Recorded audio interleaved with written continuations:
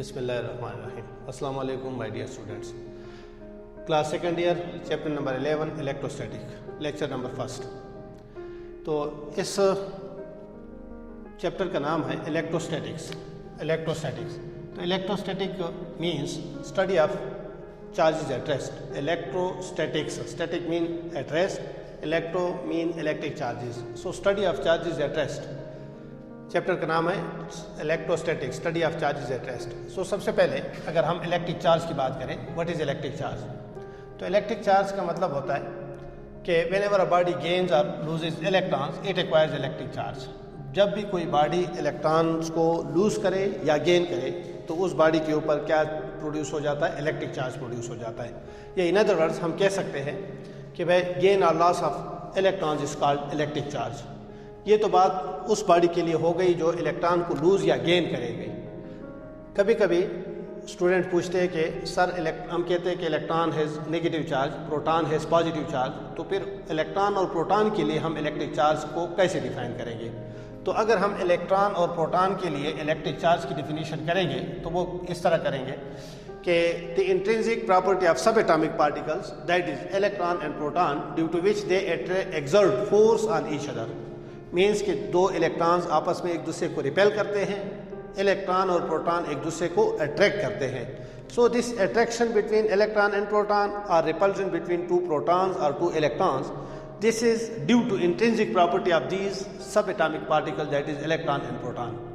लेकिन अगर हम एक ऐसी बॉडी के लिए या एटम के लिए बात करें कि किसी एटम के ऊपर चार्ज कैसे प्रोड्यूस होता है, तो जब भी कोई एटम इलेक्ट्रॉन को लूज करता है या इलेक्ट्रॉन को गेन करता है तो हम कहते हैं उसके ऊपर चार्ज आ जाता है। फॉर एग्जांपल एक सोडियम एटम जब हम इस फॉर्म में लिखते हैं तो हम कहते हैं ये न्यूट्रल एटम होता है जब उसके अंदर उसने कोई इलेक्ट्रॉन लूज या गेन नहीं किया हुआ। लेकिन अगर एक सोडियम एटम जिसके फर्स्ट शेल में 2 इलेक्ट्रॉन है, दूसरे में 8 इलेक्ट्रॉन, तीसरे में 1 इलेक्ट्रॉन, फर्स्ट में 2, सेकंड में 8 और थर्ड में 1, तो अगर ये सोडियम एटम एक इलेक्ट्रॉन किसी भी तरीके से किसी भी वजह से लूज करे तो हम कहते हैं कि no this sodium atom neutral नहीं है, this sodium atom become sodium ion, positive ion. इसी तरह अगर हम क्लोरीन एटम की बात करें, यही इलेक्ट्रॉन अगर क्लोरीन एटम ने क्या किया, गेन कर लिया, तो पहले इसके ऊपर कोई चार्ज नहीं था, लेकिन अब चूंकि इसने एक इलेक्ट्रॉन गेन किया तो इसके ऊपर एक मतलब इसके ऊपर नेगेटिव चार्ज आ गया। इलेक्ट्रॉन गेन करने की वजह से नेगेटिव चार्ज, इलेक्ट्रॉन लूज करने की वजह से पॉजिटिव चार्ज। तो ये किसी एटम या किसी रिजिड बॉडी के लिए हम डिफाइन कर सकते हैं कि व्हेनेवर अ बॉडी गेन्स और loses electron it requires electric charge. फिर हम कहते हैं electric charge by nature is of 2 types. Positive charge that is loss of electron, whenever a body loses electron it requires positive charge. Negative charge gain of electron, whenever a body gains electrons it requires negative charge. Electron अगर कोई body gain करेगी तो negative charge, electron lose करेगी positive charge. फिर similar charges always repel each other, opposite charges always attract each other. ये charges के साथ properties है। ये तो बात हो गई just what is mean by electric charge. अब क्वांटाइजेशन ऑफ इलेक्ट्रिक चार्ज एक प्रॉपर्टी है जो चार्ज के साथ एसोसिएटेड है। क्वांटाइजेशन ऑफ इलेक्ट्रिक चार्ज का मतलब होता है कि quantization of electric charge means that electric charge exist in quanta form और discrete form, not in continuous form, and any amount of electric charge always equal to an integral multiple of smallest quanta that is e, and e is equal to 1.6 × 10⁻⁻19 coulomb. मतलब यह है कि अगर हमारे पास किसी भी body के ऊपर जितना भी चार्ज होगा वो हमेशा इस ई का इंटीग्रल मल्टीपल होगा। एंड व्हाट इज दिस ई? ई जो है ये इलेक्ट्रॉन और प्रोटॉन का चार्ज है 1.6 × 10⁻⁻19 कूलम। मतलब यह है कहने का कि किसी बॉडी के ऊपर पॉजिटिव चार्ज हो या नेगेटिव चार्ज हो वो हमेशा इस ई का इंटीग्रल मल्टीपल होगा। फॉर एग्जांपल अगर हम सोडियम एटम की बात करें, एक इलेक्ट्रॉन लूज करता है तो +1 ई चार्ज आ जाता है इसके ऊपर। अगर 2 इलेक्ट्रॉन लूज करेगा तो +2 ई, 3 इलेक्ट्रॉन लूज करेगा +3 ई। इसी तरह अगर एक बॉडी या एक ऑब्जेक्ट जो है वो क्या करता है, एक इलेक्ट्रॉन गेन करता है तो उसके ऊपर -1 ई, 2 इलेक्ट्रॉन गेन करता है -2 ई, 3 इलेक्ट्रॉन गेन करता है -3 ई। और अगर हम कहें कि n नंबर ऑफ इलेक्ट्रॉन जो है एक ऑब्जेक्ट लूज करता है तो उसके ऊपर plus NE, n number of electron अगर एक ऑब्जेक्ट गेन करता है तो माइनस n इंटू ई। तो जनरली हम क्या लिख सकते हैं, Q is equal two plus minus NE। Positive charge या नेगेटिव चार्ज हमेशा इंटीग्रल मल्टीपल ऑफ किस चीज़ का इक्वल होगा, E का इक्वल होगा। नॉट इन कंटिन्यूस फॉर्म का मतलब ये है कि E से मतलब 1.5 E चार्ज ये पॉसिबल नहीं है। क्यों? क्योंकि इसका मतलब ये होगा कि अगर मैं कहूँ कि Q is equal to 1.5 into e, कि 1.5 इलेक्ट्रॉन या किसी बॉडी ने गेन किया है या किसी बॉडी ने लूज किया हुआ है। 1.5 ई 2.5 ई, इसका मतलब ये है कि 2.5 इलेक्ट्रॉन किसी बॉडी ने या तो लूज किए हैं और या गेन किए हैं। तो फ्रैक्शन फॉर्म में, डेसिमल फॉर्म में कोई कभी भी चार्ज जो है वो पॉसिबल नहीं है। हमेशा के लिए चार्ज किस तरह एग्जिस्ट करेगा, integral multiple of e, integral multiple of e. दूसरा ये कि अगर हम बात करें तो स्मॉलेस्ट चार्ज जो है, smallest charge in nature, smallest charge in nature, कि भाई कम से कम चार्ज कितना एग्जिस्ट हो सकता है किसी बॉडी के ऊपर। तो कम से कम चार्ज जो एग्जिस्ट हो सकता है किसी बॉडी के ऊपर वो हमारे पास E जितना चार्ज एग्जिस्ट हो सकता है। E mean 1.6 into 10 power minus 19 coulomb. हाँ, ज़्यादा से ज़्यादा चार्ज वो कोई भी integral multiple of this charge, लेकिन हम कहते हैं half of E charge exist नहीं कर सकता। 1/2 E can not exist, 1/3 E can not exist, and so on. Fraction form of E electric charge can not exist on a body. MCQs में आता है कि smallest charge which can exist in nature is equal to E या 1 coulomb वगैरह वगैरह। So E half E 1/3 E वगैरह charge exist नहीं कर सकता। Second property is conservation of electric charge. तो कंजर्वेशन ऑफ इलेक्ट्रिक चार्ज का मतलब होता है कि conservation of electric charge means that electric charge can neither be created nor destroyed, although it may be transferred from one body to another body, but total amount of electric charge always conserved. Total amount of electric charge in nature is always conserved. It can neither be created nor destroyed, although it may be transferred from one body to another body. एक body एक electron lose करती है तो इसके ऊपर positive charge आ जाता है। अब ये जो प्लस E चार्ज आ जाता है 1 इलेक्ट्रॉन लूज करने की वजह से, ये क्रिएट नहीं हुआ, ये प्रोड्यूस हुआ। जिस तरह यहाँ पे आप देखते हो सोडियम एटम के अंदर 11 इलेक्ट्रॉन्स है, 11 प्रोटॉन्स है।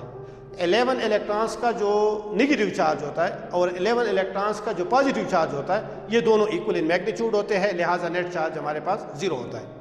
अब अगर एक इलेक्ट्रॉन सोडियम एटम से चला जाता है तो सोडियम एटम के अंदर प्रोटॉन तो उतनी ही है 11, इलेक्ट्रॉन कितने रह जाते हैं 10।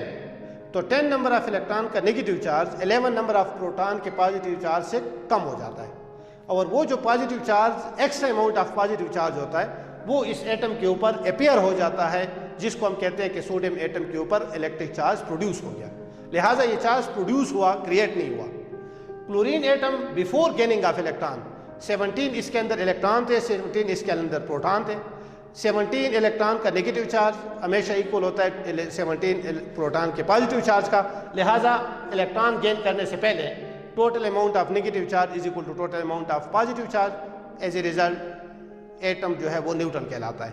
अब अगर एक सोडियम एटम इलेक्ट्रॉन को गेन कर लेता है, क्लोरीन एटम, तो नंबर ऑफ इलेक्ट्रॉन हो जाते 18, नंबर ऑफ प्रोटॉन वही है 17, तो एक इलेक्ट्रॉन का जो चार्ज होगा वो ज़्यादा हो जाता है और वो चार्ज अपियर हो जाता है in the form of negative charge. तो कहने का मतलब ये था कि जो जिस बॉडी के ऊपर भी चार्ज प्रोड्यूस होता है गेन और लॉस ऑफ इलेक्ट्रॉन की वजह से, वो क्रिएट नहीं होता, प्रोड्यूस हो जाता है या दूसरी बॉडी से ट्रांसफर हो जाता है। तो इस प्रॉपर्टी को कहते हैं कंजर्वेशन ऑफ इलेक्ट्रिक चार्ज। इसके बाद हम आगे चैप्टर में हमारा वास्ता पड़ेगा टेस्ट चार्ज और field charge, source charge, point charge और पॉइंट चार्जेस।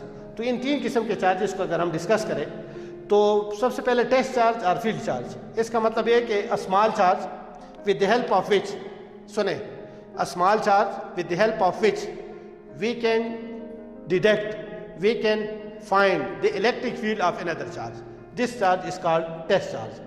अब मैंने कहा स्मॉल चार्ज, कितना स्मॉल होना चाहिए, इसका कोई स्पेसिफिक मैग्नीट्यूड वगैरह नहीं होगा। स्मॉल चार्ज इतना स्मॉल हो कि भाई इसके मुकाबले में इसका मैग्नीट्यूड नेग्लिजिबल स्मॉल हो, या इन अदर वर्ड इसकी जो अपनी फील्ड होगी, इसकी अपनी भी फील्ड होगी, इसकी अपनी फील्ड जो है वो इस चार्ज के मुकाबले में क्या हो, ऑलमोस्ट नेग्लिजिबल हो, जीरो हो।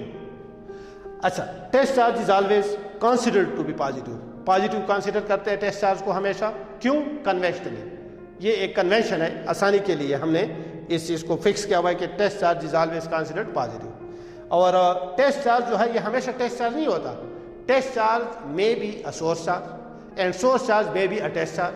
फॉर एग्जांपल, अगर ये बहुत बड़ा चार्ज है तो इसके लिए अगर मैं 1 कूलम टेस्ट चार्ज यूज़ करूँगा तो भी ठीक है, लेकिन 1 कूलम चार्ज की जो फील्ड मैं मालूम करूँगा तो उसके लिए कोई माइक्रो कूलम या नैनो कूलम या मिली कूलम अगर हम चार्ज यूज़ करेंगे तो इस केस में ये क्या होगा, सोर्स चार्ज होगा। और दूसरा जो टेस्ट चार्ज हम यूज़ करेंगे इसकी फील्ड मालूम करने के लिए वो हमारे पास क्या होगा, टेस्ट चार्ज होगा। लिहाजा test charge is a small charge with the help of which we can find, we can detect, we can test the electric field of another charge. और जिस चार्ज की फील्ड हम मालूम करने जाते हैं with the help of test charge, इस charge को कहते हैं सोर्स चार्ज, सोर्स चार्ज। इसके बाद पॉइंट चार्ज और पॉइंट चार्जेस।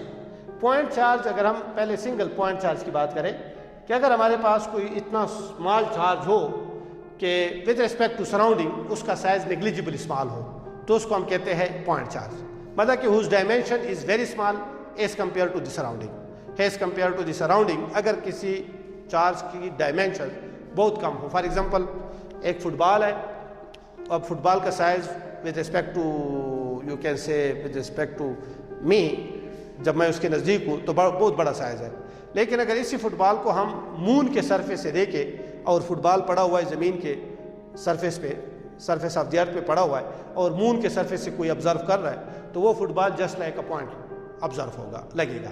तो कहने का मतलब यह है कि अगर कोई चार्ज है हमारे पास whose size is very small as compared to its surrounding, then such a charge is called point charge. अगर हम point charges की बात करें तो two charges such that separation between them is very small, is very large, sorry, as compared to their sizes. अगर हमारे पास दो charges हैं और इनके दरमियान डिस्टेंस और सेपरेशन क्या हो, वेरी लार्ज हो as compare to their sizes, तो ऐसे दो चार्जेस को हम क्या कहेंगे, point charges. If R separation between the charges, if R is very very large as compared to the size of charges, तो such charges are called point charges. ये तो बात हो गई इलेक्ट्रिक चार्ज कि भाई व्हाट इज इलेक्ट्रिक चार्ज। इसके बाद इसकी दो प्रॉपर्टीज़ और 3 किस्म के हमने मुख्तलिफ चार्जेस डिस्कस किए। नेक्स्ट टॉपिक है हमारा कूलम्स लॉ। तो कूलम्स लॉ स्टेटमेंट अगर हम बात करें तो this law states that force of attraction और repulsion between two stationary point charges is directly proportional to the product of magnitude of the charges and inversely proportional to the square of the distance between the two charges. Coulomb's law का मतलब होता है कि अगर हम दो charges के दरमियान, कूलम ने फर्स्ट टाइम इस फोर्स को क्वांटिटेटिवली एक्सप्लेन किया, क्वांटिटेटिवली। एक तो क्वालिटेटिवली हम कहते हैं कि भाई दो चार्जेस के दरमियान हमेशा फोर्स ऑफ अट्रैक्शन या रिपल्जन होगी। अब ये कितनी होगी, कौन से फैक्टर्स पे डिपेंड करेगी, कूलम ने फर्स्ट टाइम क्वांटिटेटिवली इस फोर्स को एक्सप्लेन किया। अगर हम दो पॉजिटिव चार्जेस सपोज करेंगे तो ये दोनों के दरमियान फोर्स ऑफ रिपल्शन होगी, दो नेगेटिव चार्जेस होंगे तो भी रिपल्सिव फोर्स होगी। अगर एक पॉजिटिव हो एक नेगेटिव चार्ज हो तो फोर्स ऑफ अट्रैक्शन होगी। तो दो सिमिलर चार्जेस हो या दो अपोजिट चार्जेस हो, अगर हम इनके दरमियान फोर्स की बात करेंगे तो according to coulomb this force is always directly proportional to product of the magnitude of the charges, inversely proportional to the square of the distance between the charges. ये दो factors उसने discuss किए। By combining these two equations, F is directly proportional to Q1 Q2 by R square, F is equal to K Q1 Q2 by R square, where what is K? K is constant of proportionality. Proportionality sign को हमने equality sign में convert किया। K is constant of proportionality which is known as Coulomb's constant. के इसको क्या बोलते हैं, Coulomb's constant. अच्छा, द वैल्यू ऑफ के depends upon number first nature of the medium between the charges, number second system of units.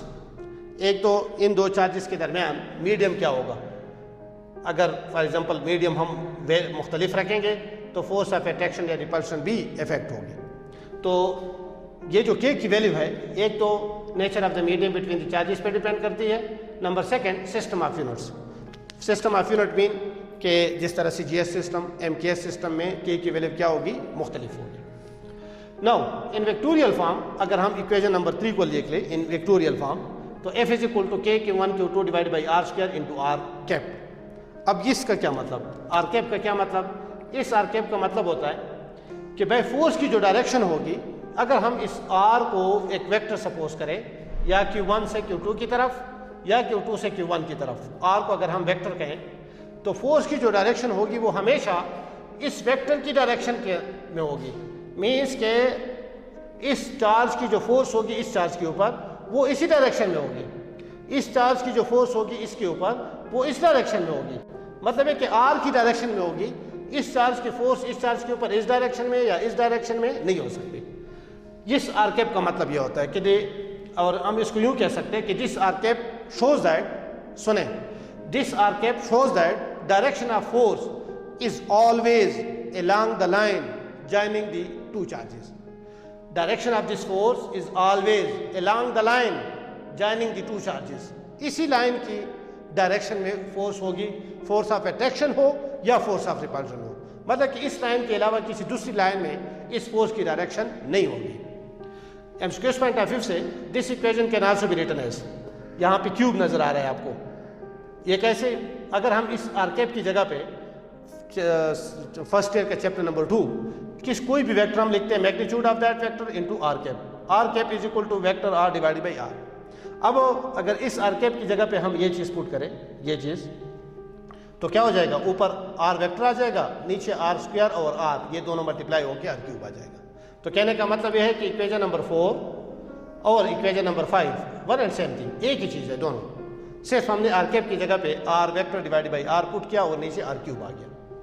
और इसी equation में हम, इस इक्वेशन से हम ये भी कह सकते हैं मैग्नीट्यूड वाइज अगर हम देखें कि भाई अगर दोनों चार्जेस को डबल किया जाए, डिस्टेंस को कांस्टेंट रखा जाए, तो 2 और 2 मल्टीप्लाई टू 4, तो force will increase by 4 time. अगर हम Q1 और Q2 को कांस्टेंट रखें और इस R को जो है वो डबल करें, तो चूंकि स्क्वायर के साथ इनवर्स रिलेटेड है तो force will decrease by 4 time. अगर हम R को डिक्रीज करें टू हाफ तो force will increase by 4 time and so on and so on. अगर हम दोनों चार्जेस में से किसी एक को डबल करेंगे तो force will increase by 2 time not by 4 time. तो बहरहाल ये तो बात हो गई कूलम्स लॉ की। अब अगर हम इक्वेशन नंबर 4 और 5 में के की बात करें, के, तो इन इक्वेशन 4 एंड 5 के is equal to 1/4 pi epsilon nought. इस इक्वेशन के अंदर एप्सिलॉन नॉट क्या चीज़ है, where epsilon not is permittivity of free space. What is permittivity of free space? What is permittivity? Permittivity का मतलब होता है property of medium which affects electric field और electric force between two charges. कोई भी मीडियम जब हम इन दो चार्जेस के दरमियान रखते हैं तो उस मीडियम की वजह से इन दोनों चार्जेस के दरमियान जो फोर्स ऑफ अट्रैक्शन या रिपल्शन होगी वो इफेक्ट होगी। So this property is called working permittivity. कुछ मीडियम्स ऐसे हैं जो फोर्स को ज़्यादा इफेक्ट करते हैं, मतलब ज़्यादा रिड्यूस करते हैं, कुछ मीडियम ऐसे हैं जो कम रिड्यूस करते हैं। बहरहाल this property is known as permittivity of free space. और इसकी जो न्यूमेरिकल वैल्यू है फ्री स्पेस के लिए वो है 8.85 × 10⁻12 coulomb square per newton per metre square. और अगर ये वैल्यू हम इस इक्वेशन के अंदर पुट करें, 4 और पाई की वैल्यू भी पुट करें, तो हम के लिए वैल्यू कैलकुलेट कर सकते हैं 9 × 10⁻9 न्यूटन मीटर स्क्वायर पर कूलम स्क्वायर। अच्छा, note value of epsilon not for free space is lowest value in nature. ये जो फ्री स्पेस के लिए हमारे पास एप्सिलॉन नॉट की वैल्यू है ये सबसे क्या है, लोवेस्ट वैल्यू है, लोवेस्ट न्यूमेरिकली ये सबसे लोवेस्ट वैल्यू है। और के की जो वैल्यू है, के की वैल्यू जो है is highest, while value of k is highest in nature. Value of k for all medium अगर हम बात करें तो वैक्यूम के लिए इसकी वैल्यू हाईएस्ट है और इसकी जो वैल्यू है एप्सिलॉन नॉट की वैल्यू जो है ये सबसे लोवेस्ट वैल्यू है। के की वैल्यू इनवर्सली डिपेंड करती है किस चीज़ के ऊपर, परमिटिविटी के ऊपर। अगर किसी मीडियम के लिए परमिटिविटी की वैल्यू ज़्यादा होगी तो उसके लिए के की वैल्यू कम होगी एंड वाइस वर्सा। के की वैल्यू और परमिटिविटी की वैल्यू आपस में इनवर्सली रिलेटेड है। इसके बाद एक और टर्म हम डिफाइन करते हैं relative permittivity. So permittivity of a medium relative to permittivity of free space is called working relative permittivity, denoted by epsilon R. Epsilon R से हम इस चीज को डिनोट करते हैं, एप्सिलॉन आर. और मैथमेटिकली कैसे लिखते हैं? Epsilon are is equal to epsilon divided by epsilon r, और epsilon is equal to epsilon r into epsilon are. ये दो इक्वेशन आपने याद रखनी है.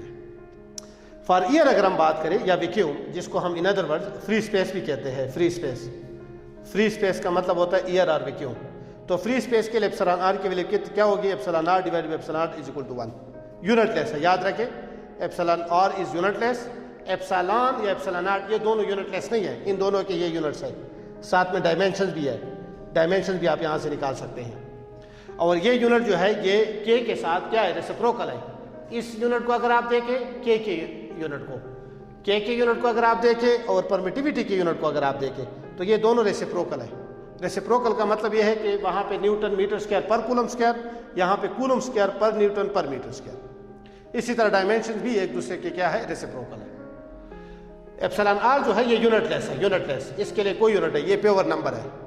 और किसी भी मीडियम के लिए अगर एप्सिलॉन आर की वैल्यू फॉर एग्जांपल 2 है, तो इसका मतलब ये है कि उस मीडियम के लिए परमिटिविटी की जो वैल्यू है वो फ्री स्पेस के मुकाबले में डबल है.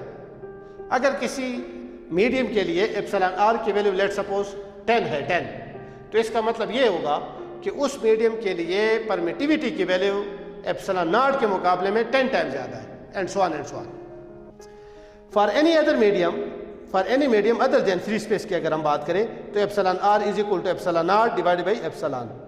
Epsilon divided by epsilon not is greater than 1. ये हमेशा क्या होगा? ग्रेटर देन 1 इससे वैल्यू आएगी जो भी होगी. क्यों? बिकॉज एप्सिलॉन की वैल्यू हमेशा एप्सिलॉन नॉट से क्या होगी? ज़्यादा होगी. किसी भी मीडियम के लिए अगर हम एप्सिलॉन की वैल्यू की बात करें तो वो फ्री स्पेस से हमेशा क्या होगी? फ्री स्पेस से हमेशा ज़्यादा होगी. कितनी ज़्यादा होगी वो डिपेंड करेगी नेचर ऑफ द मीडियम के ऊपर, लेकिन कम से कम फ्री स्पेस से हमेशा ज़्यादा होगी. अच्छा, तो ये तो बात हो गई किस चीज़ की? रिलेटिव परमिटिविटी की. अब अगर हम बात करें कि भाई ये तो हमने जनरल इक्वेशन लिखी, ये जो फोर्स है ये इन दोनों चार्जेस की फोर्स हो सकती है. हम ये नहीं कह सकते कि भाई ये जो फोर्स है ये Q1 एग्जर्ट कर रहा है Q2 के ऊपर या Q2 एग्जर्ट कर रहा है Q1 के ऊपर. मैग्नीट्यूड वाइज Q1 और Q2 दोनों हमेशा इक्वल फोर्सेस एग्जर्ट करते हैं. अब अगर हम इन दो चार्जेस के लिए इंडिविजुअली बात करें कि भाई force of Q1 on Q2, force of Q1 on Q2 as well as force of Q2 on Q1. अगर हम force of Q1 on Q2 की बात करें, similarly force of Q2 on Q1 की बात करें, तो उसके लिए सिर्फ और सिर्फ डायरेक्शन का फ़र्क होगा, मैग्नीट्यूड सेम होगी, डायरेक्शन का फ़र्क होगा. कैसे? फॉर एग्जांपल अगर मैं इस तरह कर लूँ कि भाई force of Q1 on Q2, अगर मैं force of Q1 on Q2 की बात करूँ तो इसके लिए मुझे ये होगा कि भाई ये लेट्स सपोज Q1 चार्ज है, ये Q2 चार्ज है. अब force of Q1 on Q2 की जो डायरेक्शन होगी वो इस तरफ होगी. इसको मैं नाम देता हूँ F12, force of Q1 on Q2. ये जो R था, अब इस R को मैं नाम देता हूँ R12 वेक्टर, और इसका जो यूनिट वेक्टर होगा वो होगा R12 कैप. अब force exerted by Q1 on Q2 मतलब कि force exerted by Q1 on Q2 is given by F12 arrowhead is equal to K अपनी जगह पे, Q1 अपनी जगह पे, Q2 अपनी जगह पे, सिर्फ यहाँ पे हो जाएगा R12 स्क्वायर और यहाँ पे होगा R12 कैप. बुक में यहाँ पे R21 लिखा हुआ है, R21. आपकी मर्जी, इसको आप R21 नाम देते हो या R12 नाम देते हो. Position vector of Q2 with respect to Q1, position vector of Q2 with respect to Q1. तो बहरहाल R12 और R21 दोनों में से आप कोई नाम दे सकते हैं. ये लेट्स सपोज की बात. अब इस इक्वेशन में सिर्फ और सिर्फ हमारे पास ये चीज़ आ गई कि भाई Q1 की जो फोर्स होगी Q2 के ऊपर वो इस डायरेक्शन में होगी. अगर हम force of Q2 on Q1 की बात करें, force of Q2 on Q1 की बात करें, force of Q2 on Q1, तो उसमें सिर्फ और सिर्फ एक बार फिर डायरेक्शन का फ़र्क होगा. और डायरेक्शन किस तरफ होगी? ये Q1, ये Q2. तो Q1 के ऊपर जो फोर्स होगी इसको मैं नाम देता हूँ F21 और ये वेक्टर जो है ये इसको हम नाम देते हैं फिर R21 और ये जो यूनिट वेक्टर होगा वो R21 के। तो मैथमेटिकली अगर हम लिखेंगे force of Q2 on Q1 तो इसको मैं F21 नाम देता हूँ और ये हो जाएगा K Q1 Q2 divided by R21 square and R21 cap. ये इक्वेशन नंबर 2। ये जो हमने इक्वेशन नंबर लिखी है इसको नाम देते लेट्स सपोज इक्वेशन नंबर 5 हमने नाम देते, इसको नाम देते 6 और 7, 6 एंड 7 इक्वेशन नंबर 7। अब ये जो इक्वेशन नंबर 6 और 7 है यहाँ पे हम देख सकते हैं कि भाई force of Q1 on Q2 इस डायरेक्शन में होगी, force of Q2 on Q1 वो इस डायरेक्शन में होगी। बाकी ये जो मैग्नीट्यूड है अगर आप देखें ये मैग्नीट्यूड दोनों के क्या होगी, सेम होगी।